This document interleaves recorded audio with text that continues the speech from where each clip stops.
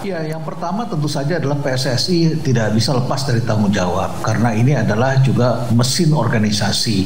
Harus ada upaya-upaya jangka panjang yang sudah dilakukan karena bukan baru peristiwa sekali inilah ada korban. Jadi setelah melihat ada korban seharusnya sudah dilakukan upaya-upaya edukasi, pencegahan, bagaimana uang-uang sponsor itu juga digunakan dikembalikan dalam bentuk keselamatan tidak hanya pada penonton, supporter tetapi juga kepada para pemain. Pastinya orang yang kemudian terkait dalam sebuah kasus pastinya ingin mencoba mencari hal-hal yang meringankan mereka gitu kan. Nah, tapi kita punya temuan-temuan yang tidak bisa dibantah gitu kan, bahwa sejatinya bukan cuma di Stadion Kanjuruhan, di stadion-stadion lain pun masih ada gas air mata dan senjata api yang masuk ke lapangan. Artinya secara umum bahwa regulasi ini tidak disosialisasikan PSSI kepada pihak kepolisian. Tragedi Kanjuruhan telah menyisakan luka kelam dalam diri masyarakat Indonesia. Tercatat setidaknya ada 133 korban jiwa yang nyawanya tak bisa diselamatkan. Terkait kejadian ini, Ketua Umum PSSI, Muhammad Iriawan, akan diperiksa di Mapolda Jawa Timur untuk mempertanggungjawabkan posisinya dalam tragedi Kanjuruhan. TGIPF yang bertugas mengungkap tragedi Kanjuruhan telah menyimpulkan bahwa PSSI sebagai lembaga yang tidak profesional dan lepas tangan dari tragedi tersebut. Anggota TGIPF, Akmal Marhali, menyampaikan bahwa sebenarnya TGIPF memanggil PSSI untuk mencari solusi guna membenahi sepak bola Indonesia. Namun, PSSI disebutnya defensif, alias bertahan, membela diri, bahwa mereka bukan pihak bersalah terkait tragedi Kanjuruhan yang menewaskan 133 orang. Security Stadium pasal 19 poin B yang tidak membolehkan senjata api dan gas air mata masuk atau digunakan dalam pengamanan sepak bola. Ternyata banyak PSSI berkilah bahwa mereka sudah menyampaikan, tapi faktanya itu terjadi di lapangan gitu kan. Sementara itu, ada salah satu rekomendasi dari TGIPF terkait tragedi Kanjuruhan untuk PSSI.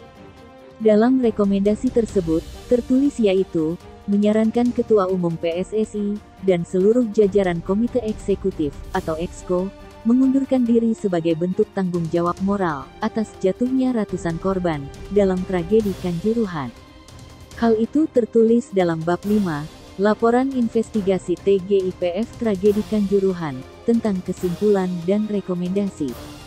Bukan tanpa alasan, TGIPF punya bukti kuat untuk menuntut tanggung jawab dari PSSI, yang sebelumnya mengalihkan tanggung jawab tragedi Kanjuruhan ini kepada Panpel Arema.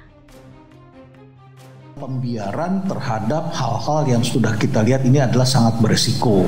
Jadi pembiaran terus terjadi dan tidak ada upaya-upaya bagaimana caranya untuk mencegah, menaruh orang, mencegah dan lain sebagainya. Memperhatikan bahwa banyak stadion seperti ini yang akhirnya kita banyak sekali menyaksikan korban. Jadi ini perlu sudah dilakukan, diantisipasi jauh-jauh hari demi keselamatan rakyat ini, para penonton ini.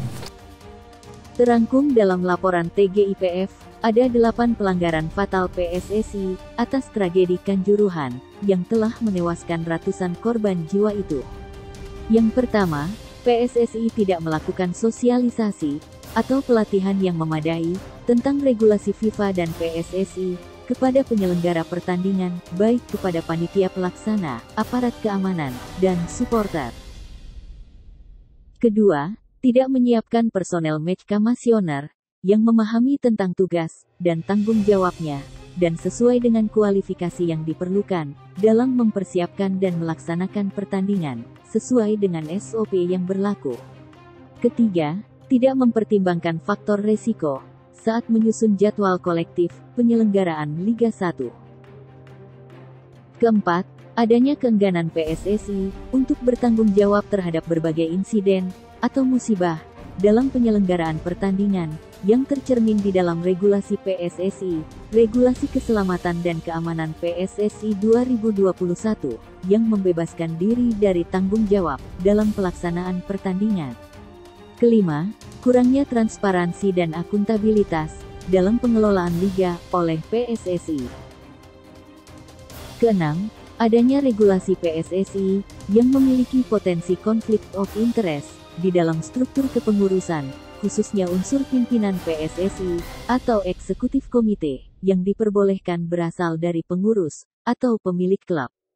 Ketujuh, masih adanya praktik-praktik yang tidak memperhatikan faktor kesejahteraan bagi para petugas di lapangan. Kedelapan, tidak melaksanakan tugas dan kewajibannya dalam pengendalian pertandingan sepak bola Liga Indonesia dan pembinaan klub sepak bola di Indonesia. Dan di mana-mana nggak heran sih, kan sering banget kan kalau ada prestasi, bos-bosnya yang ambil kredit. Megang piala. Kalau ada yang jelek-jelek, yang dijorok-jorokin adalah yang paling bawah. Apalagi kalau kemudian kan aku sempat baca tuh di wawancara di majalah Tempo. Lagi-lagi Ketua Umum PSSI waktu itu bilang, ini tanggung jawabnya panitia pelaksana, tidak ada kaitannya dengan PSSI. Gimana caranya nggak ada kaitan dengan PSSI? Inilah yang menurutku ya yang terjadi ya. Hilangnya rasa malu dan miskinnya empati yang melanda para pemilik otoritas sepak bola kita. Gitu itu sih.